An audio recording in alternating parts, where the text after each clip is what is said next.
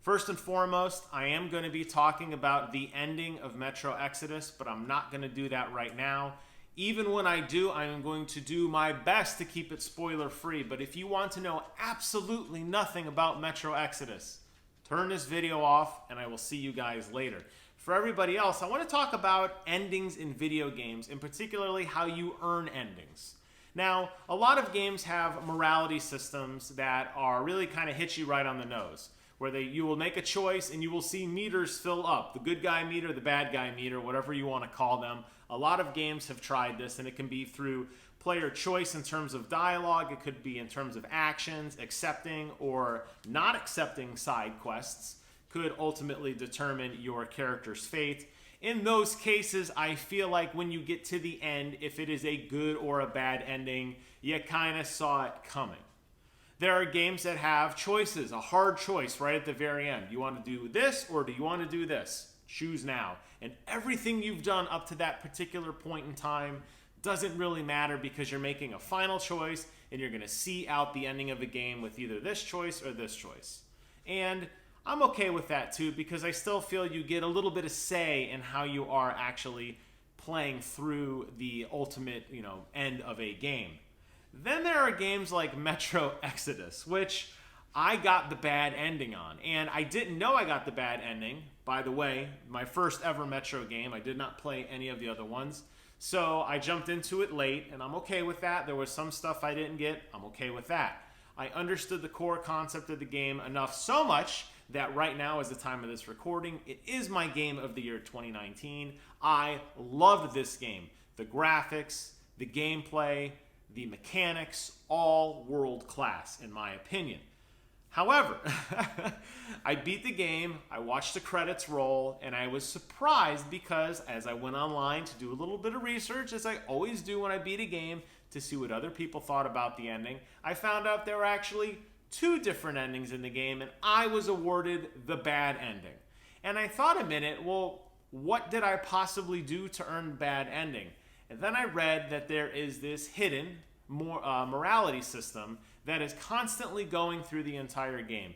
And based on decisions you make as a player, you are actively choosing the world around you. Now, Metro Exodus does a really clever mechanic, which I will not ruin for you guys, at the very end of the game, which kind of determines the fate of everybody. And I'll be ambiguous intentionally, because again, I don't want to overly spoil it for you guys. It was a cool idea that they put into place to determine who would live, who would die, who would be happy, who would be sad. And it was based solely on your actions, and you as a player had no idea it was going on. And I like that in theory. I like the idea that the game is always judging you, because you know what? The world is always judging me. And if I'm walking down the street and some guy reaches in his phone to pull out his cell phone, or he reaches in his pocket to pull out his cell phone and his wallet falls out, and I run over and I tap him on the shoulder and say, "Hey buddy, you left your wallet." A little number +1 doesn't pop up over my head. A beam of light doesn't shine down upon me. I don't get granted 3 wishes by a magic genie. I just did a right thing. And you may say, hey, you know what? It's going to be paid forward. Eventually one day you're going to drop your wallet and somebody's going to pick it up for you. And it's kind of the fate system taking care of itself. Or you could say you're a good person, or you have ethical values. Or I could grab that dude's wallet and run the other way and I just got a bunch of money. How cool is that? Lucky me, right? And there's no meters that pop up over my head. That was my point of the story. Just like in this game, I wouldn't necessarily expect everything to be laid out for you. In character dialogue in this game, Metro Exodus absolutely does a great job of gauging how characters like you or don't like you. If you execute too many players, the characters will say to you, you didn't have to let that person die, or geez, you're maybe taking a little bit too far, don't you think? I like that. Just alternatively, when you do good things, characters might say to you, you know what, we got out of that mission cleanly, hey, we're all here, whatever. So there is a sense of progress that is slowly being dictated to you through the game, and I do appreciate that. But that ending in particular, I was punished because I played the game it was meant to be played. I played a shooter as a shooter. When I was being shot at, I shot back.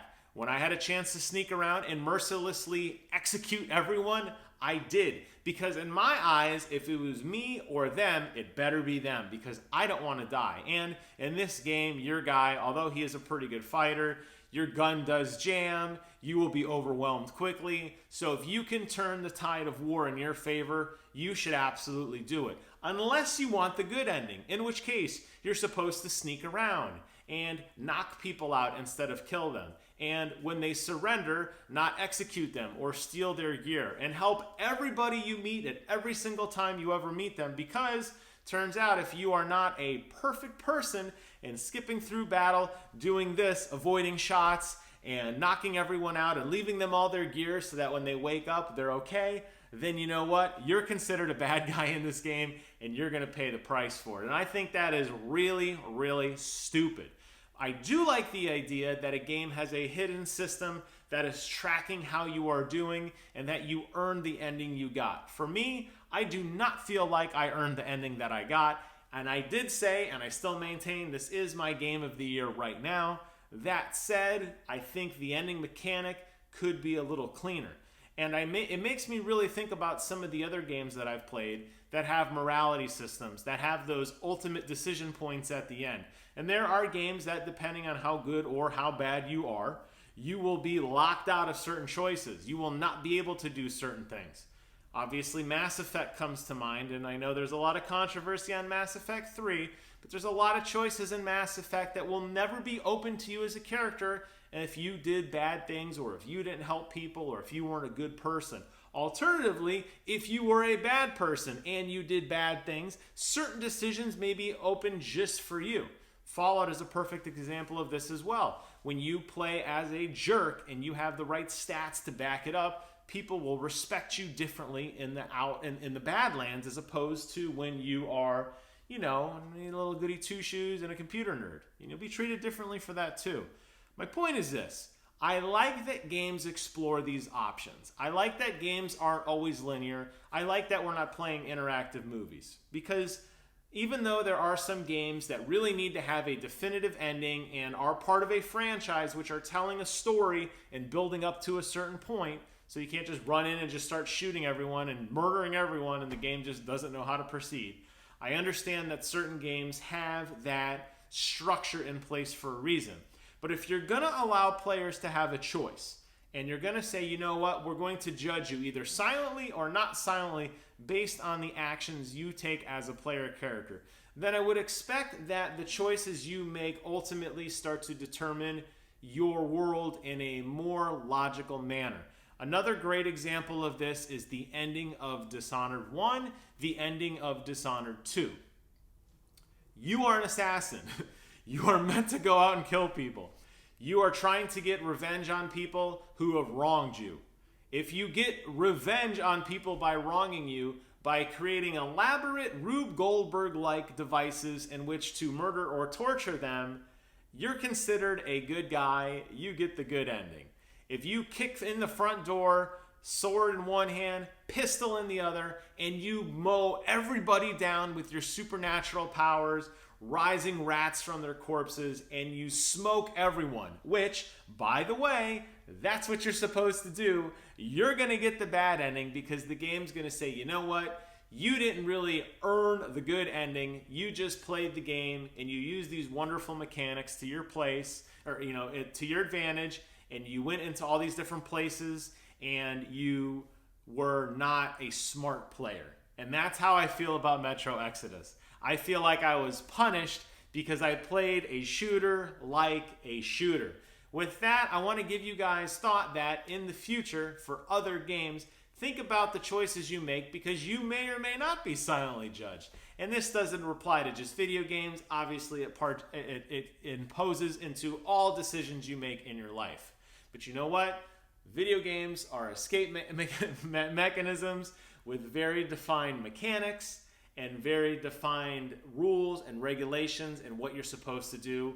And it would be nice if we could see the end states or be known that the end states would matter depending on how we played. But you can't tell me that shooting a guy versus knocking a guy out suddenly makes you a good player or a bad player. I've gone on long enough. I hope you guys enjoyed this video. I hope it gives you guys something to think about next time you play a game. Thank you so much for watching. Until next time, I will see you guys on the other side.